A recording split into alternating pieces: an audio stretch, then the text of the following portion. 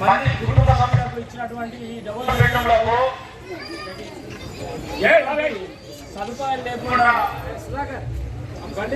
నడుస్తున్నది. చీకటిగా వీళ్ళు నివసిస్తున్నారు. ఇక్కడ ఏదైతే 4 రూములలో దొంగ కనెక్షన్లతో కరెంట్ నడుస్తున్నది. వాళ్ళు ఎన్నో ఇబ్బందులు జరిగారు.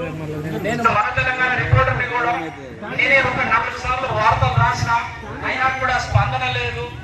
అదేవిధంగా పార్టీలకు అతీతంగా 48 కుటుంబాలు రూపాయలు ఎమ్మెల్యే గారి దగ్గరికి ఓటేసి కానీ వీళ్ళందరినీ బయటకు గెంటేసి వాళ్ళ మాటల ద్వారానే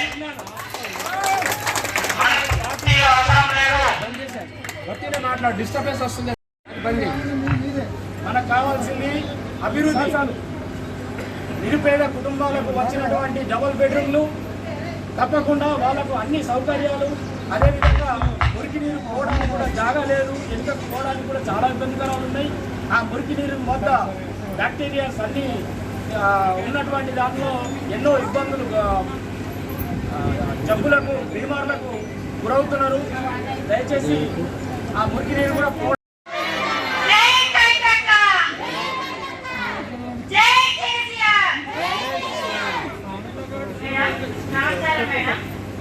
డబుల్ బెడ్రూమ్ నుంచి మాట్లాడుతున్నాం మేడం. అందరికి సంబంధించి విషయము అయితే మాకు ఎలక్షన్ కోడ్ పడే ముందు మాకు డబుల్ బెడ్రూమ్ ఇచ్చింది మేడం. అయితే తర్వాత ఎలక్షన్ కోడ్ పడ్డది. తర్వాత మాకు ఏం సదుపాయాలు ఏం లేవు. సూపర్ రెడ్డి సార్ వచ్చారు పదవిలోకి.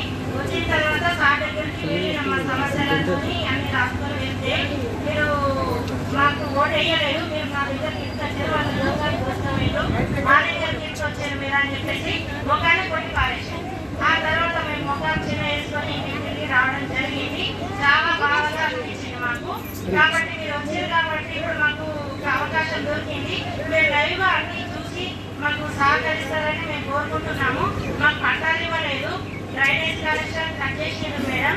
తర్వాత కరెంటు సదుపాయం లేదు, వాటర్ సదుపాయం లేదు. ఇవన్నీ మీరు దగ్గర నుండి లైవ్గా చూసి మా బాధలు పట్టించుకొని మీరు సహకరిస్తారని కోరుకుంటున్నాం మేడం. కాకపోతే ఆ రోజు మన సార్ కాంట్రిబ్యూషన్ కింద 7 లక్షలు కట్టారు, కానీ మన కోడ్ మారడంతో మన ప్రభుత్వం మారడంతో రాలేదు. మేము ఇలా పక్షాన ప్రతిసారి కలెక్టర్ దగ్గరికి, ఎమ్మెల్యే దగ్గరికి వారు పోయారు, అయినా వాళ్ళ కూడా స్పందన లేదు. మీరు బీఆర్ఎస్ వాళ్ళు ఇచ్చారు కదా, బీఆర్ఎస్ వాళ్ళు చేస్తారు అనే ఒక ద్వంద్వ వైఖరితో ఆయన అవలంబిస్తుంది. కాబట్టి మేము ఇలా బాధ చూడలేక మన ఒక 2 లక్షలు మీ ఫండ్ ఉంటే ఇక్కడ పోలేసిన వీళ్ళందరూ తెలుసు. వాళ్ళకు శరీర అన్ని వ్యాధులు వస్తున్నాక దయచేసి మీరు ప్రత్యేక దృష్టి పెట్టి వారికి కంపల్సరీ వాళ్ళ తరఫున మీరు ముందుంటే మేము తరఫున తప్పకుండా పోరాటం చేస్తాం. ఆ సాధిద్దామక్క దయచేసి. డిపార్ట్మెంట్ వాళ్ళు ఎలాంటి స్పందన లేదక్క. కాంగ్రెస్ వాళ్ళ కథ ఎట్లుందంటే ఆల్రెడీ బరే కొనుక్కున్నాం, తలగీయమంటే తల కూడా ఇచ్చినట్లేదు కథ వాళ్ళు, అంతేనా?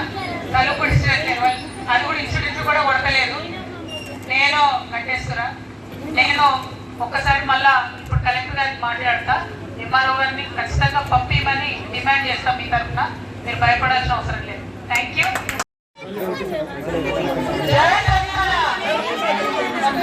అందరు కొన్ని సైలెంట్ ఉంటే సమస్యలు చెప్తారట. జై తెలంగాణ. కవిత మా అమ్మకి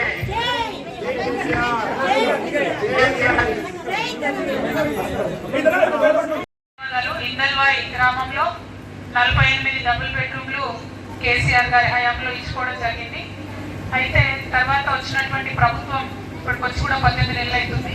కనీసం కరెంట్ ఇస్తే బాగుంటుండే, నీళ్ళు ఇస్తే బాగుంటుండే, మోరీలకు సంబంధించి వ్యవస్థ చేస్తే బాగుంటుండే.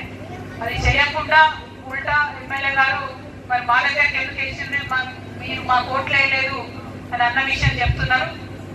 ఎమ్మెల్యే భూపతి రెడ్డి గారిని నేను రిక్వెస్ట్ చేస్తున్నా, ప్రజాస్వామ్యంలో గెలవడం ఓడిపోవడం జరుగుతుంటది, కానీ ప్రజలు వచ్చినప్పుడు ఓటర్లా కాదని చూడకుండా అందరినీ సమానంగా చూసి పనిచేసిన వాళ్ళే నాయకులు అవుతారు తప్పితే ఇట్లా వేరు చేసి మాట్లాడితే ప్రజలు క్షమించారన్న విషయం భూపతి రెడ్డి గారు గుర్తుపెట్టుకోవాలని సందర్భంగా తెలియజేస్తూ, మరి నేను ఇక్కడ ఎమ్మెల్సీగా ఉన్నా కాబట్టి అన్న కుమార్ అన్న వాళ్ళందరూ అడిగితే ఇక్కడ 2 లక్షల రూపాయలు మనం బోర్ కోసం ఇచ్చుకోవడం జరిగింది.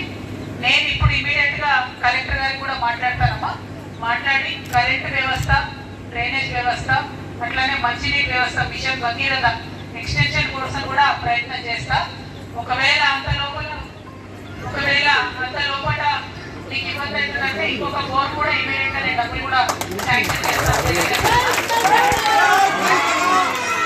అట్లనే అన్నిటికన్నా పెద్ద విషయం ఏంటంటే పట్టాలు కాలేదని చెప్తున్నారు.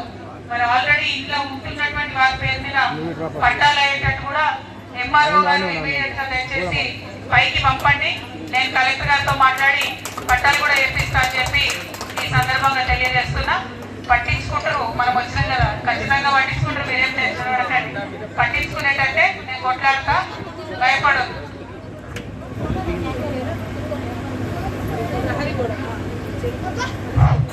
ఇబ్బంది పడకండి. నేను ఒక్కసారి కలెక్టర్ గారితో మాట్లాడినాక మళ్ళీ గ్రామ నాయకులు కుమార్ గారు, సుధాకర్ గారు, సాయిల్ గారు చాలా మంది ఉన్నారు, వారందరూ కూడా చెప్పంతా. దాన్ని బట్టి ఇంకా ముందుకు తీసుకెళ్తాం.